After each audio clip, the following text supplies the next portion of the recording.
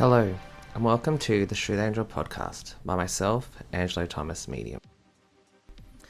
Alright, so today's episode, or this week's episode, whenever you're listening to it really, is titled, Have You Met Your Guides? By that, I mean spirit guides. It's, where to start? Should we talk about have you met your guides, or maybe just wind it back a bit around spirit guides? Let's go to what are spirit guides first. I always feel like this topic, what are spirit guides, it's up there with diets, babies, puppies. I'm sure there are many more, but that's what the three that come to mind, where everyone has an opinion. And bless their hearts, but for people that don't have babies, that don't have dogs, that probably never even been on a diet their life, it's very similar. The same people who have never met their spirit guides have the biggest opinions on them. But that aside, let's start with some basics. So it's pretty common perception out there, or it's a common held belief that, spirit guides are beings, energetic entities who have been with us since the beginning of this lifetime. So when we chose to, hop in this meat suit and jump on the earth ride, they come in and out at different points of your life. So, you hear a lot of people talk, like I myself talk about my angelic guide, Maxine. Her full name is much harder to actually pronounce, but that's what I've chosen to call her, Maxine, sometimes Maxie, sometimes other words when we don't agree on everything. But for her, she's one that's been with me for a long time that I can remember. But we have spirit guides who pop in and out. So we often will, especially with people on their ascension journey, or people who are going through quite a traumatic experience. That can be emotional, that can be physical, that can be spiritual, any of those levels. A guide will step in and help them navigate it. Now, whether that be for healing, whether that be for guidance, or whether that's simply just to be aware of the fact that we're not doing this alone. So, jump back a bit. These guides, we chose them before we jumped into this meat suit. So, when we pass away, when we go back to spirit, we always go back to those same souls, those same beings that we've had many incarnations with over the past however many lifetimes on this world, other worlds, other realms. Using those connections and those links is where we choose our guides, and where sometimes our guides even choose us. So keeping it simple, because this is a podcast and it's not a full-on TED talk or a lesson. We choose our guides and we say to them, when we look at our soul contract, all right, so coming into about 18 years of age, I'll need you there. 23, we'll need you there. 31, that's going to be a crap year. Might need a few of you there. And so on and so forth. Now, who are spirit guides? What are spirit guides exactly? Look, depending on your cultural background, your ethnicity, depending on your religious background, or even just depending on your life experiences, that's how guides will shape themselves and appear themselves to you. That, of course, is if you wish to meet them.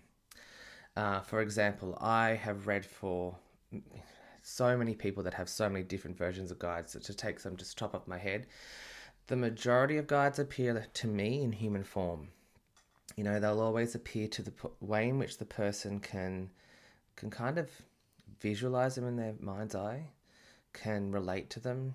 There's also sometimes where there's stories that they've read when they're younger, and they're like, oh my God, that person that you're explaining, that elf, it reminds me exactly of that storybook. And you know what? The elf in the storybook isn't the guide. It's just that the energy perhaps might be elemental. It might be very fey-like, and it's just how you as a person can actually visualize that energy. So more than not, I do see them as humans. But at the same time, we can have angelic guides, we can have galactic guides, we can even have dragons, we can have unicorns. We can have pretty much any animal as well. And this is not to be confused with animal spirits or animism in many traditional indigenous cultures. These are more animals that are very much dear to you. So, for example, myself, one of my guides, which is an animal, is a dolphin. But that has nothing to do with my background or my cultural background. I also know a really dear friend of mine who's a medium, and her spirit guide, who often comes to me, is a jaguar. Now, she's living in WA, Australia. There are no jaguars native to that region. So that's why I always say to people, it's not to be confused with animal spirits and animal totems. That's a completely separate topic. There might be overlaps, but I'm definitely not qualified to speak on that topic. So, yes, guides. They can appear in any which shape or form. We have personal guides out there. So, we are all assigned our spirit guide. We are assigned that guide for this lifetime just for us. So, for example, Maxine, the angelic guide, she's no one else's spirit guide. She's just my own. And this is where the confusion sometimes comes in, where you meet a lot of people out there who say, oh, Archangel Metatron's my guide, or Kuan Yin is my guide. But that's where I feel that we get a bit wrapped up in thinking that there are own spirit guides where they're more so communal spiritual energies of which everyone can access. I mean, for example, you take Archangel Michael, incredible angelic presence on that blue indigo spectrum. For many people, he is attributed to strength, to protection, to courage, to helping us do the right thing. It might appear as a feminine energy, might appear as a female energy. Purely, again, it's up to your experiences. But Archangel Michael is not anyone's individual guide. He's more of an omnipotent presence that is available and accessible to all. And this is a real difference here. That's what I keep saying, that your spirit guide is assigned just to you and just to you only. They know the struggles you're going to go through in life. They've anticipated them. You've spoken about them with your soul contract, as I said, before you jumped in this little meat suit. They always have your best interest at heart, as long as it doesn't take away the free will of others. But whereas my Archangel Michael and Kuan Yin, they have the collective, the world, the broader group of souls best interest at heart. So I wouldn't be asking Archangel Michael for advice around a specific career or an interview within that career space and to win it over other people, because it could be in that other person's interest. Whereas a guide, I'd be like, okay, what exactly should I be doing in this interview? What could I be focusing on? What are my strengths? And that's what they focus on. They focus on you. Now, going back to that original question on, this podcast, have you met your guides? I guess that this is one thing that I find very, very interesting in the broader spiritual community. And again, I just use that word because it's what people understand and resonate more. I'd love to call it the soul community, the soulful people, or even just the world, when one day we don't even have to differentiate ourselves. But there's a huge school of thought out there that your guides are just these things that are there. So you'll go and have a reading with someone, they're like, oh yeah, your guides are telling me this, your guides are telling me that. And I often say to them, I don't really wish to be rude here, but I've met my guides. Could you just be a little bit more specific exactly which guide is talking to you at the moment? And here's the clincher. Remember last week when I was saying that there are two types of mediums in the world. There are the ones who wish to instill fear in others and aren't so very pleasant, where the others who wish to let you know that, yeah, you're not alone and you should always feel protected and safe and comforted by spirit. I feel that it's very applicable to this around spirit guides as well. I have often ended conversations with people or readings in the past where they simply cannot tell me what guide. You'll go and have a talk, or you'll have a listen to someone and they're just very generic on the word guide. Oh yeah, your guide's saying this, your guide's saying that. Again, who? And it's caused some friction in the past. But all debate should, we're not always supposed to get along. But otherwise, it's also actually caused some longer term friendships and working collaborations, because they've said to me, that's a really interesting topic. or that's a really interesting perspective, I'd love to work with you on how to actually see these guides. And I mean, that's one of the things I actually do as part of my spiritual development work or spiritual development coaching is the first thing I teach people before they get messages from spirit, before they start to work with angels, before they basically do anything, is to get you know your own energy, sit in your own space, be that sacred and physical, and meet your guides. Now, I'm not talking to all of them because many people have many. Many people have actually a lot. But just one step at a time. Just meet one of them at a time. If you'd like to, do this yourself, I always like to keep these podcasts short, so I don't want to take you through a whole, 45-minute meditation or process on this. But, get out there, go onto YouTube, look at, there's a few other podcasts around that are very specific on this, where they just go straight into, right, let's meet a guide. You're bound to find a heap of different visualization exercises, a heap of different meditations on this exact topic. But it's something that I really, really, really cannot stress enough, that if you're going to work with spirit or with energy, or you're going to do this work for yourself or for others, please meet your own spirit guides and know how to meet other people's spirit guides. I guess we're all spirits. It just makes that connection that little bit more clearer, that little bit more grounded.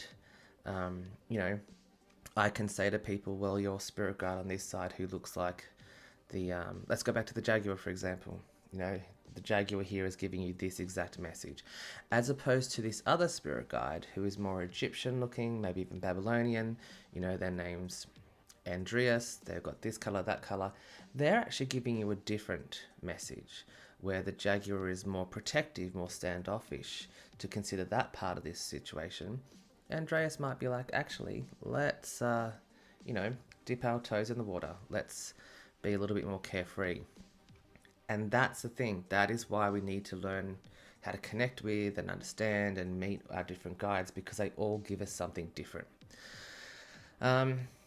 With spirit guides as well, there's thought of, are they actual separate entities or separate energies, or are they a reflection of different aspects of ourselves?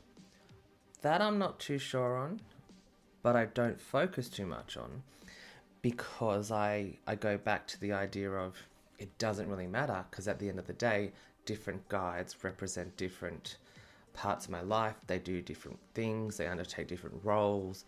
They even, reflect different parts of my personality. So whether they be separate or whether they be the same, I focus more on the doing. I guess no one can ever answer that question until you're actually passed away and up there, or wherever we go in spirit. All right, so yes, spirit guides, what they are, who they are. We have our own personal spirit guides. We have communal guides. We have guides that appear in multiple different ways. As I said, they have different roles and they come in during different parts of our life. And that's where I want to share a story with you today around just how guides come in differently and for different reasons. So, like I said, I've got Maxine. She's my beautiful angelic spirit guide. She also takes on the role as gatekeeper. That's a very old school mediumship term where, she opens the gate or opens the door from here in spirit. So when I do readings and I'm not bombarded, she helps just, like I always say, it's like a deli. She gives them all a ticket and I say, right, number 43, number 57. I also have a beautiful spirit guide called Serene. Now, her name is a symbol in Atlantic culture or Atlantean culture, which is unpronounceable. That's where light language comes in. And if anyone's interested in light language, I can do a podcast on that. But Serene is my healing guide. She has amazing pink energy. Like I'm talking that amazing, vibrant 80s pinky purple magenta. And I should note actually that Maxine appears as a blue orb, whereas Serene appears as bursts of pink, of that pink energy. So she's the healer. I also have Coco. He is a Native American Indian guide who, as cliche as it sounds though, He is very, very dear to me, and he often, uh, I'd say he stands around 100 or so meters away from me, always to my back, and he's very much that silent protector. And sorry if you can hear that snoring in the background, that's Dijon. Lady Dijon, my French bulldog, who is my physical animal guide here.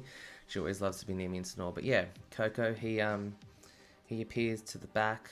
He's my protector, and protector versus guardian. See, Maxine's a guardian, whereas he's a protector. Now, I have multiple other guides that pop in and out. One called Lornay Fernay. That is a very French little fairy type elemental guide. She helps me with some dimensional work. I have the beautiful angel Jane, who is very much a young angel, and she's pinky peachy type colors, and she'll just often make me stop, have a dance and sing. I have a beautiful Arcturian guide called Aum. He's my light energy healer, and he assists me when I actually do light energy healing, which I'm certified to the IICT, and he's pretty cool.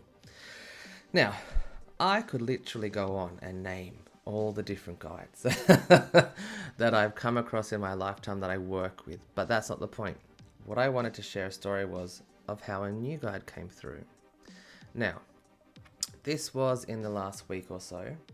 I can never remember dates these days or times. It tends to bleed in and out. That's the difficulty of being a multi-dimensional medium like that. You can never remember if it's past, present, or future. But I was sitting in this room, in my spirit room, having a staff meeting, which is basically what I call laying down, listening to binaural beats, and just checking in with my peeps. Just checking in with my spirit guides, having a word to them. One of my favorite things to ask my spirit guides is, what is one thing I need to focus on today? And as I was starting to receive that exact one thing, and this was from my beautiful dragon guide, Rian, out of nowhere I just felt this, how to explain it other than warm energy, almost like the desert air.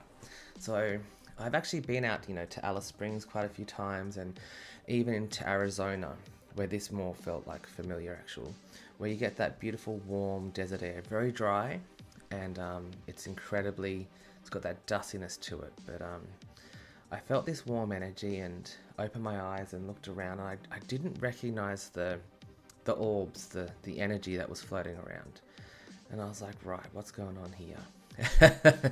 And without, preempting anything, because, you should always go into spirit work without expectation, I thought, right, something's going on here, but I'm just going to let it unfold and go back to talking to Ryan. Before I could even get that thought out of my head, that sentence, when you have your inner monologue and you talk, I couldn't even finish that without me just being taken to this clearing on a hill or a mountaintop. I don't know, it's kind of like those, literally like Arizona desert, like Sedona type things where you look and look up Sedona, actually, give it a Google and you know what I mean, where they have those ranges. I was sitting on top of one, and to my right was the most stunning older Native American lady who, like, her skin was just aged, like she looked about 120, the poor thing, but her eyes were as blue as the Arizona sky. Her hair is like a silvery mane, knotted and plaited just to the right. And she was just sitting with this most amazing, almost like one of those beautiful blankets they have, and just writing in the sand. She gave a bit of a chuckle and said, I was waiting for you to, notice me here. And trying to keep my Apple podcast rating clean, so I won't swear and say what I actually said. I just couldn't help it after saying a few profanities and going, what the blah, beep, beep, beep. I sat back and I just stared at her. And it probably felt like to me 20 minutes, 30 minutes that I was staring. It was actually only a few seconds. But I just looked at her and said, who are you? That's what I always do to new spirits or new entities that I'm not familiar with. And she just said, we're going to work together, mate. And from there, she took me on a bit of a spirit quest actually, where we had a bit of a look around. She told me a few things that was coming up for me to learn. She also told me, that her energy is connected back in to Coco. If you remember that, my beautiful guide, that's my protector. And he was the younger version of the energy, whereas she's the older. He was the protector, he is the protector, sorry, whereas she's the teacher. She's the wise, knowledgeable person. Very much reflective of the roles that they would have had in their society. And that's what instantly got me. Right, okay, so you're going to teach me. You're going to be my key to the wisdom from the other side, per se. Human brains, we always like to label. And she just said, yeah, but don't box me in or anything. But that's pretty much what we're going to do. Anyways, from there on, I've worked with her many times. She's not as accessible as Maxine or Serene or some of my other guides, in the sense of, I just turn around and have, yarns to Maxine and go, hey, what should I do this for? Or, hey, I can feel your presence. You got something to tell me? That type of, she's very accessible, Maxine. For this beautiful, older, wiser lady, I have to more slow down, stop, take a few breaths, and go into my space to connect with her, which is probably what she wants me to do, actually. Is to slow the hell down, because sometimes I can be an absolute maniac. I just go a mile a minute. It's probably like my insomnia is due to that. But yeah, so she's great. She makes me stop. She makes me slow down. She's taught me some amazing things, and but she came to me gently. She came to me very steadily, and very much in a way that wasn't confrontational. And I tell you, with spirit guides, that is one of the key elements there. A spirit guide will not come up in your face and slap you. Not after they will later. But when you're initially meeting them, or being familiar with their presence, they will always take their time and just ease in, and almost like what she did, just sit to the right of me and say, oh, I was wondering when you were going to notice me. It's almost like their unwritten rule that they just do this very gently and very easy, very slowly. And I've actually been saved by that principle in the past, where I've had entities or spirits, as I've been doing this work, that have been coming up to me way too fast, way in my face, and said, oh, I'm your guide. I'm like, no, you're not. You're just here to piss me off, or to be a different lesson. So yeah, that's my beautiful new spirit guide. I'm yet to get her name, whereas Coco is my protector. I feel her name is Kai, which I didn't realize until now is almost the end suffix of the Navajo word blue sky. I looked that up after I got it, but Kai, I'm trying to actually figure out exactly what her name is, or if she actually doesn't want to be called a name, then so be it. Maybe more of a feeling like Serene. But yeah, that's her. And on my Instagram and Facebook page, I will be sharing more messages from her, like I often do with my guides. Now, I'll just pause there and just recap. Spirit guides. Cannot emphasize enough that if you are going to do this work, and this work I mean spirit work, energy work, even Reiki. Hey, even if you're going to pull out some tarot cards or come have a reading with someone, please, please, please get to know your spirit guides. Get to know one of them. Get to know who your crew are on the other side. Find someone out there that you trust and work with them to put a name to a face, an image, however you like to work normally. So if you like names, or if you like images, or even if you just want to use the word my spirit crew, but who's in there.